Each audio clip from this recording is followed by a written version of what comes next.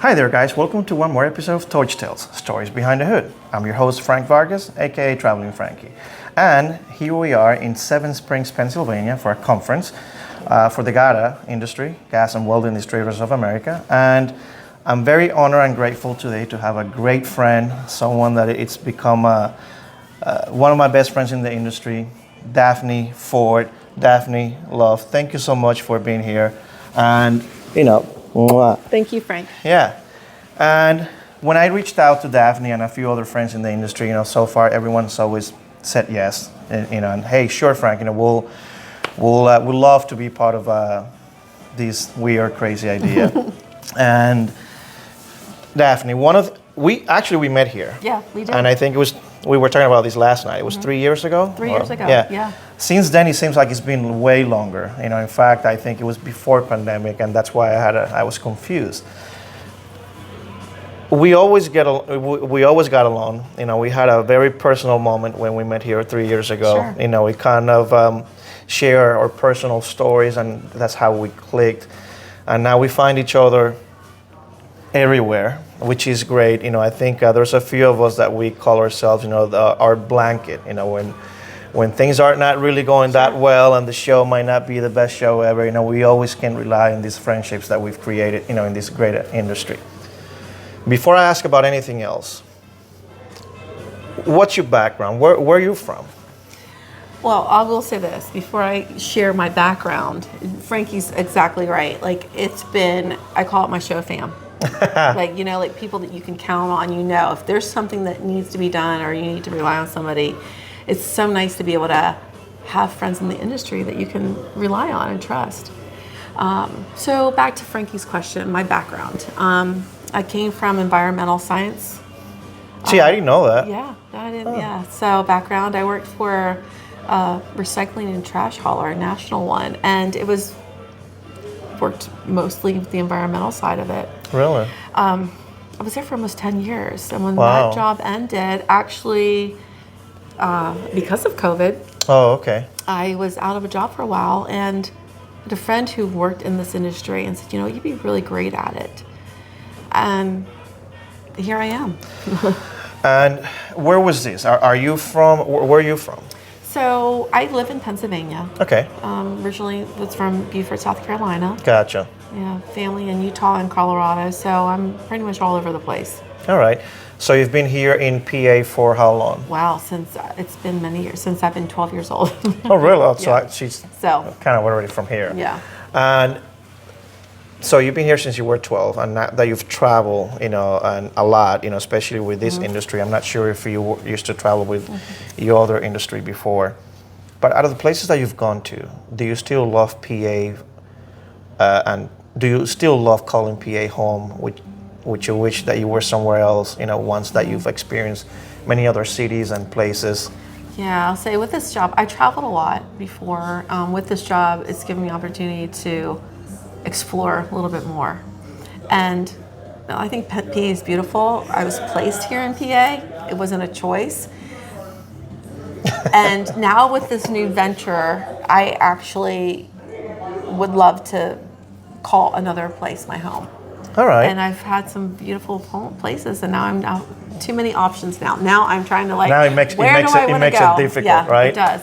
Yeah, and I find myself, I've been in Fort Lauderdale for a long time, and and I get to travel, as well as and definitely you see some places that go like, oh wow, this would be cool to be here, but it's so hard to kind of drop everything, your roots, because it's what makes it comfortable, that's what it is. In this industry, and before. Guys, I've said this before. There's no script. We can go left, right, up, and down. Sorry, I might interrupt her every once in a while because then she'll answer something, it triggers something else, and then I go from there. Who do you work for now? So I work for Direct Wire and Cable. And what do you do there? I am National Sales Manager. All right, and you've been there for how long? I've been there for 3 years. And is it everything you thought of? Was there something that surprised you in this industry once you got in it that, oh, crap, I didn't know that was going to be that way? Yes, absolutely.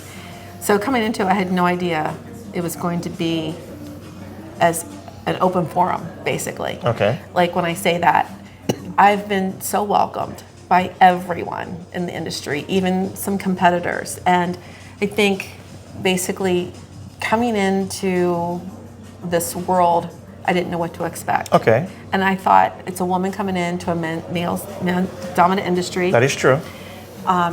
So it was important for me to really know my knowledge base on Correct. the product. And so when people are asking me questions, I was intelligent enough to answer it.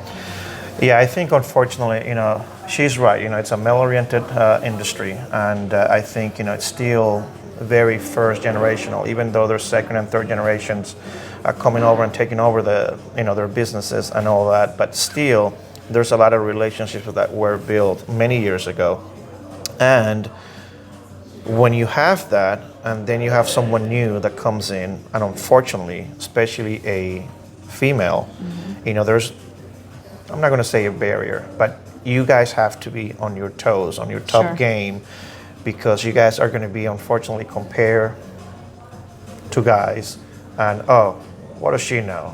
She might not know the same. And is that something that you've had to prove yourself? Has it come into play, being a woman in this industry, where you go, you asking me that, or you putting me through the ringer because I'm a woman? So I haven't actually. Oh. I have not. I felt like, I think maybe because I did do some extra work at front. Okay. At the front end of it. But what I found is when you are speaking to people, different, like there's so many different people, Correct. different generations. There's something in common you need to find, with that person. Yes, that is and true. And the one thing in this industry, there's a lot of outdoors people. Oh, that Yep. is very true. And I'm an outdoors girl. I hunt and fish, and my predecessor, somebody who hired me, had already put the word out in the street. We have this new girl coming. She hunts and fishes, and so a lot of people brought that to my attention first. So it opened up and made me feel really comfortable. And even today, being at the show, I had somebody I talked to only at the show started asking me about my hunting trips and what I got through this year. And it's nice. It's great camaraderie with everyone. Correct. And it makes you feel and it really breaks the ice, It does. But you were saying about what surprised me is how nice everyone has been. Like everyone's been very kind and very nice, and there's just, it's just a nice feeling, and I like this industry.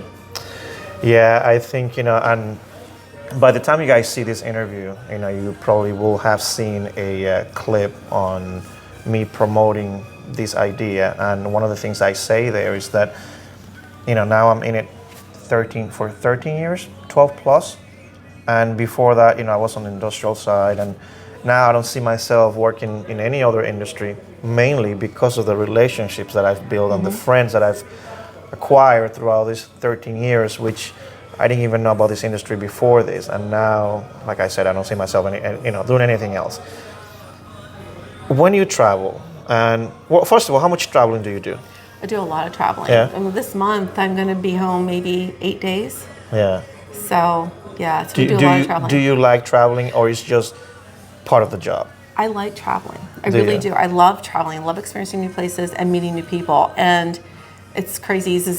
I've only been in this industry for 3 years, and there's so many people that now that I do know and that I call my really great friends. Like they're my best friends. Yeah. Like I talk to them on a daily basis, you know, and I don't know any other industry or company that I've ever worked for that I wanted to. That you had that and that you wanted to have that relationship. Yeah, I'm excited to see my friends. I'm excited to know what's going on in the world and their adventure. And, we're experiencing these new travel areas and countries and states together. It's really nice. Yeah, it's every once in a while when I'm somewhere in a hotel by myself and I'm going through the pictures and I see some of the venues that we've done and the friends and the memories are like, that's pretty cool. Come on, you got to admit it's pretty cool. Sure. Do you have kids? I do have some kids. Some? Hey, that's daughters, such a, like I know, 4, 5, 10, So I do. They're all grown and out of the house. Really? And, yeah, they. Do you have a good relationship with them? I do. They really liked it on my first couple of years. I would just bring them something back from everywhere I went, and now they're repetitive places I've gone. They have that. Yeah, right. They Yeah, are. yeah. But yeah, they really do. I have a great relationship with my kids, and it's so funny because I've been subject to a couple different groups. Now I've like started going to the young professionals group, and there's a lot of young kids there. Yeah. And I like ask them like, how old are you? I'm like, oh my gosh, I have one that age. I have one that age. You know, and it's this great having that, like, because I have a variety of ages, right? Like and now I'm meeting these young kids and stuff. Like I know how to interact with them, and it's funny now, you know, like, hey mom, how's it going? Like now I have multiple kids. I love it. But you know, the thing is, I will say, I'm going to jump back to like I said, there's no script. Yeah. Frankie and I met. You know, I meet a lot of people, and during those conversations with meeting new people, you never know where and what direction it's going to go. Yeah. And how much you're going to open up. And I do remember that first time here, I might get a little emotional, but that's okay. Like it was I was going through a huge transitional change in my life, and I never really spoke about all those changes. And it felt so good to be able to like have that connection with someone that you felt safe with, somebody new. And I was like, wow, I hope I don't have to pay for this therapy session when I was done. Like I'm cheap, by the way. Yeah, so it's great. Yeah. And you know, literally, like that from that time on, you know, yeah, I've reached out for advice, right? Yeah, and, you know, you always have somebody that's looking out for you. And I can name drop a couple other people that, you know, just have been special.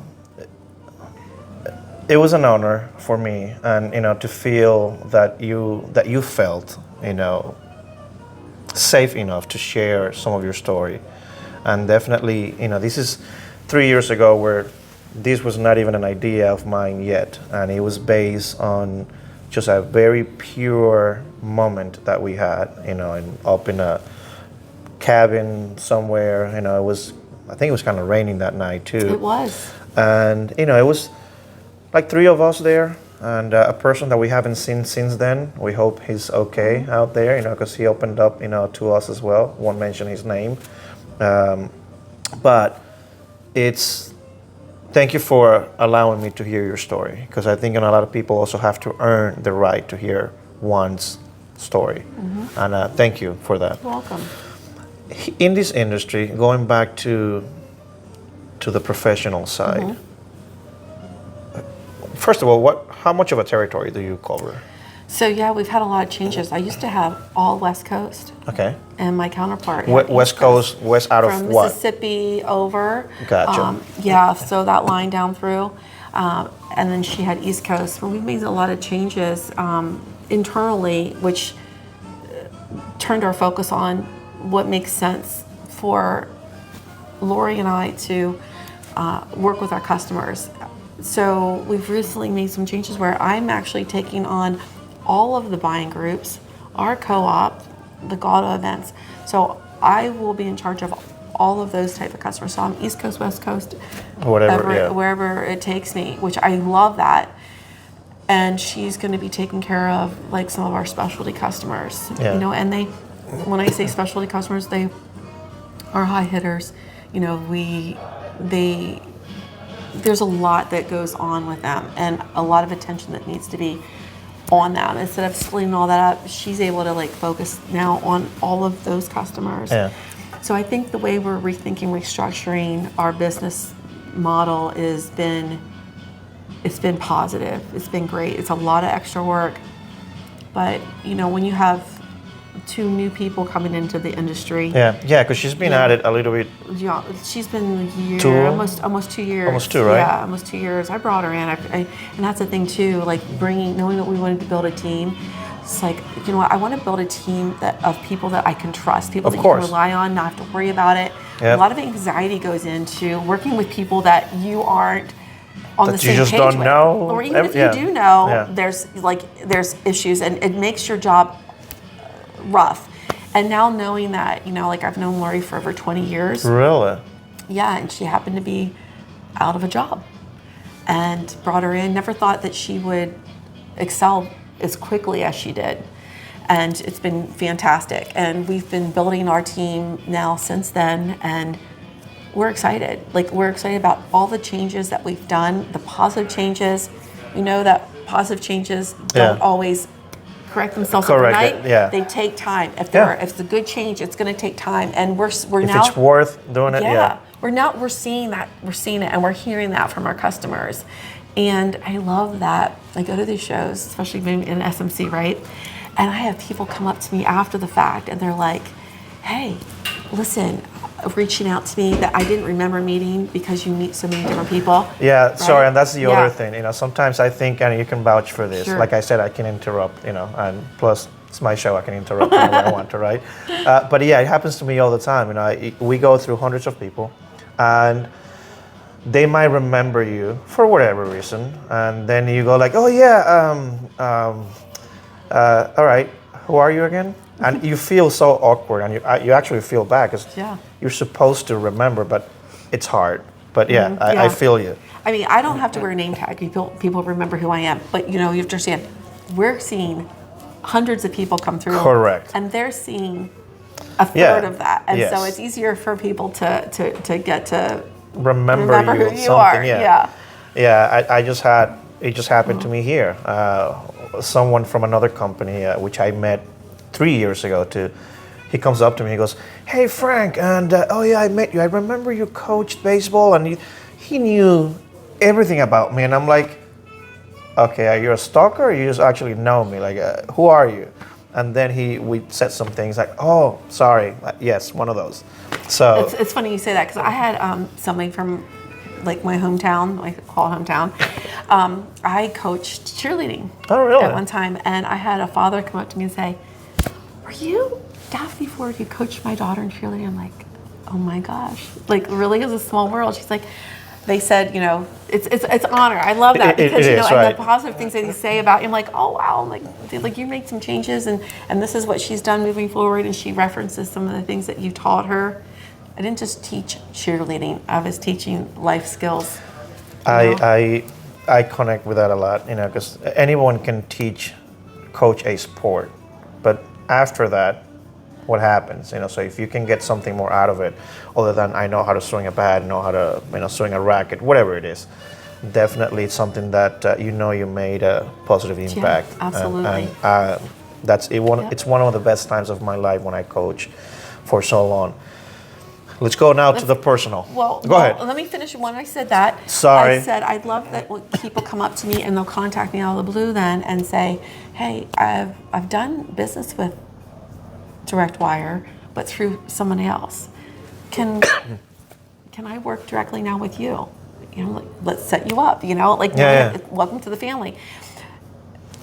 It gives them a personal touch when they get to meet the people on the other end of Correct. it, and then that establishes relationships. And sometimes I feel stagnant sometimes, and then until I come to these shows, I'm rejuvenated again, because you are hearing all the things, and you're hearing negative things too. But then it gives me an opportunity to take them. Like, I want to hear that, so you can take those. If you don't know what you're doing wrong or the company's doing that could do better. Yeah. If you don't know that and take that as corrective criticism, Correct. How can you ever make your business better? And that's exactly what I love to do. Yeah, and that's the thing, we always hear the term, no news is good news, right?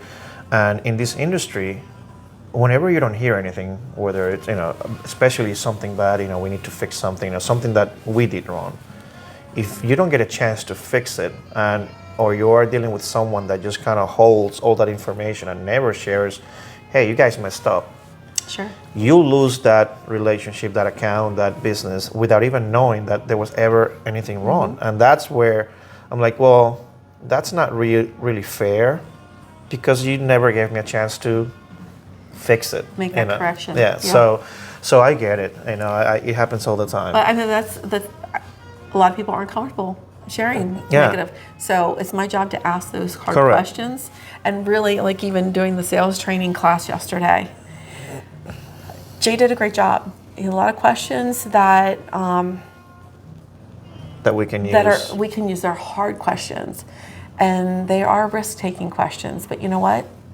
If you want to be successful, sometimes you need to step out of that box and take a risk. And I feel like, taking a risk with your friends as well. And you were mentioning that on a personal level. Yeah. What were those questions? Do I need to be afraid? I know, you got to be comfortable with being uncomfortable, and that's what it is. Don't be afraid. I told her, hey, is there anything that I shouldn't ask you? And she's like, yeah, sure, you can ask whatever, which is always like, but be careful. So you are here in PA, and you mentioned before that, now that you've experienced other places and that you've traveled a little bit more, give me 3 places that you would consider moving to. 3. I didn't say 1. I'm making it easy. Right, okay. So there's one place I fell in love with. And I actually, while I was there, looked at a few homes. It probably wouldn't be my ideal place. In fact, I know no one who lives there. It was Sun River, Oregon. Really? It was so completely West Coast. completely, I'm just gonna completely West Coast. Yeah. It was beautiful. I agree. I've been there once. It was such a and I fell in love with the mountains, the water, the ocean, the whole thing. It was like It was. I was such a feel good place. I had a great time there. I don't pick places based on the political stance or the people. I don't do that. If you did that, you're. I'd live in a little bubble somewhere, and it would probably pop, and I would die. Yeah. But I love being outdoors. So during my travels, that was my number 1 place. All right. I think I would probably just go visit, because I've had a realization with being so far away. Yeah, especially for what we do, and so much stuff happening on the East Coast or closer to the central area. It would make it a lot more difficult, at least now in our stage of our lives. Well, on a personal travel, I was in Mexico in March, and I was still trying to figure out. I thought I was going to take this past year and figure out. What part of Mexico? I was in Cozumel and Cancun. All right. So I had some personal friends that live traveling there so often. I met some Mexican friends, and they're my friends, and I've stayed with them at their home.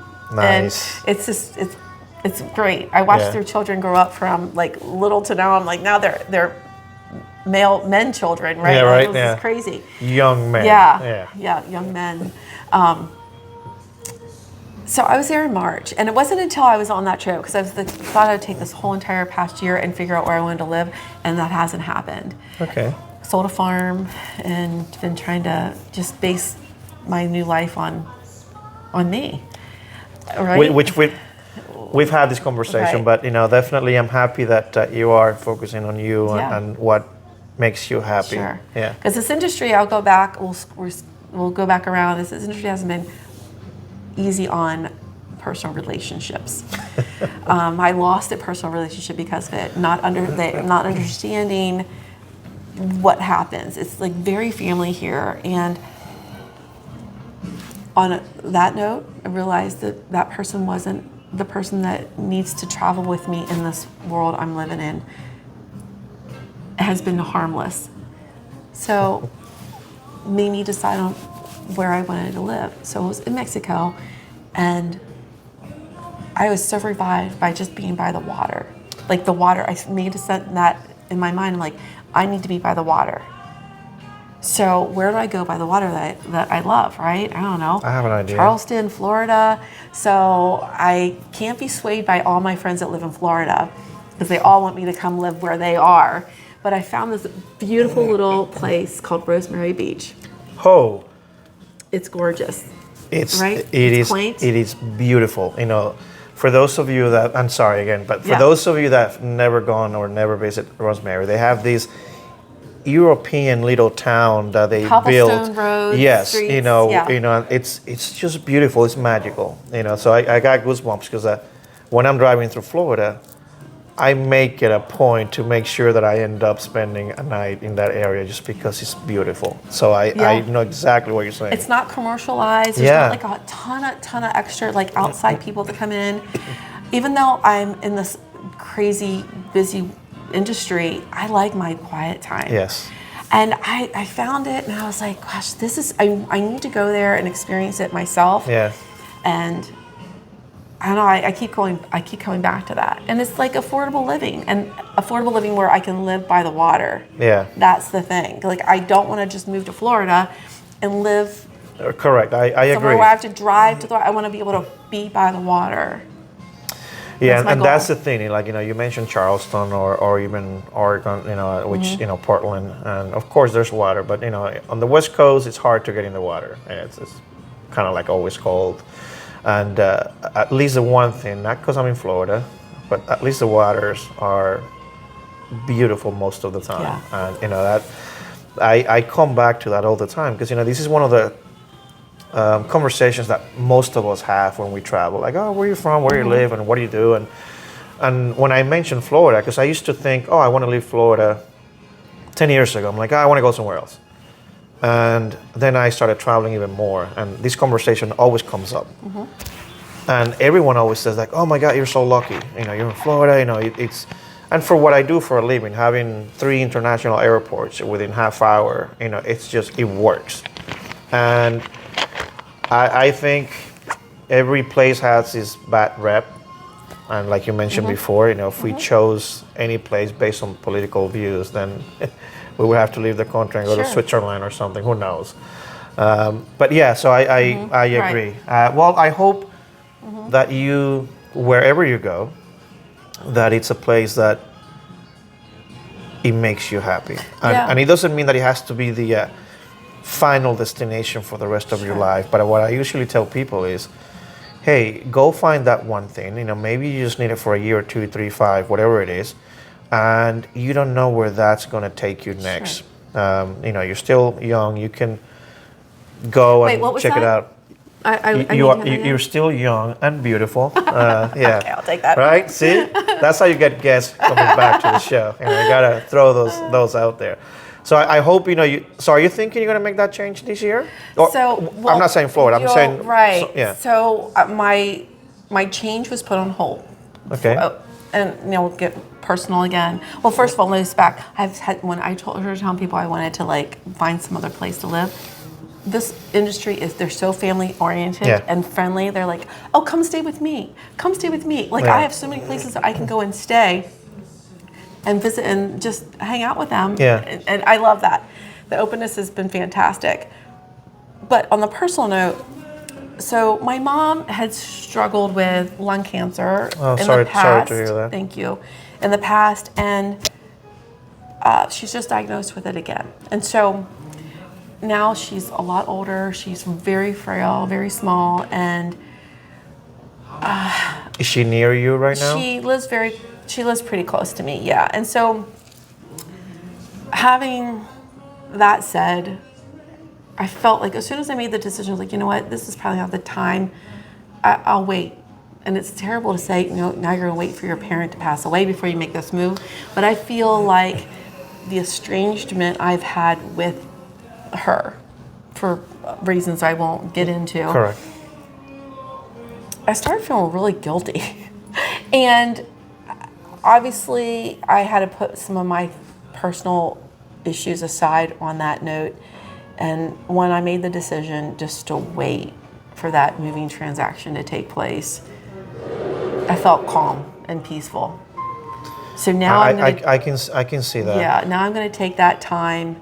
I haven't done a whole lot of it, of spending more time with her, but it's there. And so I'm making those changes. Gotcha. So it's never too late, to do that. And she also has some dementia, and so it's been really difficult. But yeah, it's tough because I can see how all the anxiety that brings. Like, hey, do I feel like I'm just leaving her behind? Like I'm not being a good daughter, supporting her, and all these other things that can go through our mind with our parents. So I can see how you just saying, you know what, let me wait just to see what happens. Unfortunately, it's life. And then I can kind of go back at it again. Right. Yeah. But so I get how, you know what, let me drop that and let me just concentrate on one thing and we'll see. So Right. I mean, I felt stagnant, like in my mind, like this year, not putting more an effort into figuring out where I wanted to move. Yeah, yeah. Because I really wanted to be placed somewhere by July. Gotcha.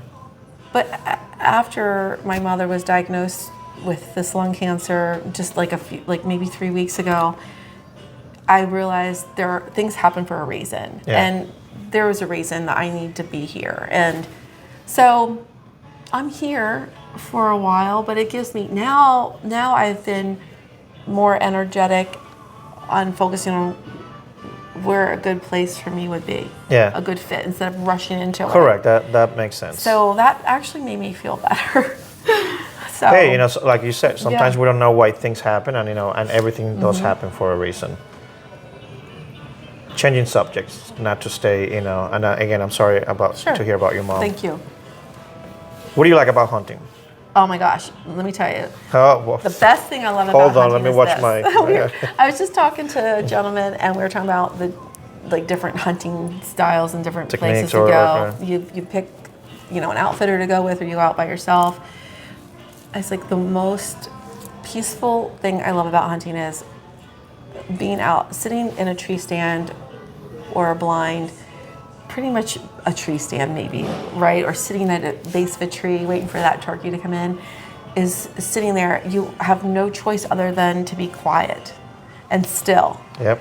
And it's a time of reflection for me where I'm sitting, I'll get emotional talking about hunting, which is crazy. But I know, right? like I've had some of my best, God, my oh my best moments and memories of like It's that sitting. inner self, Yeah, I can just like push myself conversation, back, yeah. find myself sitting at a tree, base of a tree, sitting on the ground, on God's earthly ground, and you're like, and you hear the woods opening up in the morning, like the birds start chirping, you see a little bit of that sunlight coming through the trees, and you're like, and it's cold, and you get that sun on your face, and you're like, it's so peaceful. You get to see so much, and your mind during that time that the woods are opening up, awakening up, you have a lot to think about, and I've made some life choices sitting in the woods, and that's my favorite part. It's amazing when you have to be quiet, and the only thing you can do is just think about things. How much clearer some thoughts can be for you, and but sometimes we have to be forced into that because this world that we live in, it's so go. And whenever you have those chances, so I can see that. So my friends that know me, Frankie, I'm sure unless they come out with me, I'm not a still quiet person. And so Nope. that gives me the opportunity to refocus. Really? And I don't have to ever harvest an animal. I just love being out. Okay. That is what I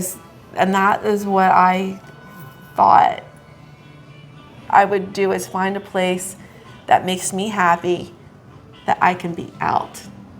Like when I said Oregon. Yeah. I love being there in the woods. I love that. I love being by the water. So if I can integrate all of that into what makes me feel good, why not?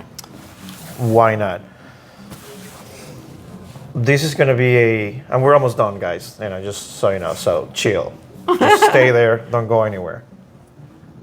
Sometimes we have to compare things in life to know that what something really meant or what it didn't mean, or, oh, now I understand that was not that. Now that you have gone through, the relationship, that it didn't work out because of the industry and the travels, and, having someone that maybe didn't understand quite right what it takes to be in these kind of positions. I'm not talking about relationship as a whole. I'm talking about everything fully packaged. When was the last time that you could say that you were truly, truly happy? That is a really good question. Truly, truly happy. This is crazy for me to say. It's been this past year. Really? I have to say, having my children was really, really happy for me. Yeah, there's levels Right, of there's things. different levels. But for me, truly, to have embraced myself, Yeah.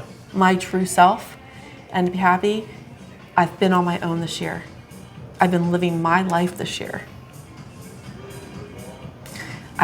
I've made some decisions that have been strong decisions to be able to walk away from things or to walk into, take that risk. And I've made those decisions on my own. And I am very proud of myself for recognizing things that I probably in my past would have just allowed them to settle, yeah. right? But I've learned, and I don't know if it's because of some of these really strong relationships I've grown to know, that they've given me insight, true insight on like loving myself. And I like myself. I like who I am. We like you I too. like who I am now. And I've really been happy this past year, even with all the obstacles and changes that people could see them as negative. Like I'm living my life and I'm taking care of myself. Yeah. I'm very happy for you, really, really happy, and I'm very proud of you because, like we've shared these certain things, and I was surprised by the answer. I thought she was going to pick, some other era, time, place, but after she explained the why, I understand because I know that some things that you had to let go and change, to get here now. So it makes sense, and I'm truly so happy for you to hear that, and that this industry has been so good to you, that you have created these relationships that have helped you find yourself again. And so if whoever has had a pinch of help into where you are here today, then you have earned and deserve that. Sure. So you are an amazing person. Thank you. And definitely, we all like you for a reason. You can't fake that. It's either I have to put up with that person, or I have to talk to them regardless, or you just want to be around that person because there's something that their aura, they got something that you just want a little bit of it. I want to thank you again for taking the time and sitting in this crazy idea. Like I usually say, it might be just the two of us watching this someday. Hopefully we get 3 more watching, and so on. Hopefully for those out there that I'll ask at some point, hey, please have a conversation with me on camera. Say yes. I mean, what else are you going to do? Say yes. Yeah. It's not right? hurtful. Right? Right. And here's my thought. Oh. I've always wanted to be on TV. Like my dream was to be on Saturday Night Live. Really? Yeah, I love doing funny skits. I love doing stuff like this. So maybe this will be my break. Hey, right? It starts somewhere. Talking about funny beats. So Melissa, a good friend of ours, which there's also a conversation on camera that you guys will see with her. They decided to do a sketch last night and send me this clip of what they did. Let me just say that I can't post that anywhere. It's a very for my eyes only. Let's just put it that way. There's no one's naked. Don't go there. But no names mentioned. No names mentioned. But the conversation, it was funny as hell. We did a spoof on Frankie's podcast. Yes, and I wish someday I can show it to someone, and probably the answer is no. But it was funny as hell. So thank you. That made my night, and it made the whole thing great. Thank you again, love. Absolutely. I hope this was painless. It was painless. It was great. And I know I will see you, for the rest of the day today, and a little bit tomorrow, and then the next show, and hopefully many, many more years. So thank you for, again, always a pleasure. You're welcome. All right, guys. Thank you for watching Torch Tales, and I'll see you out there somewhere some other day. Thanks. Bye. Bye.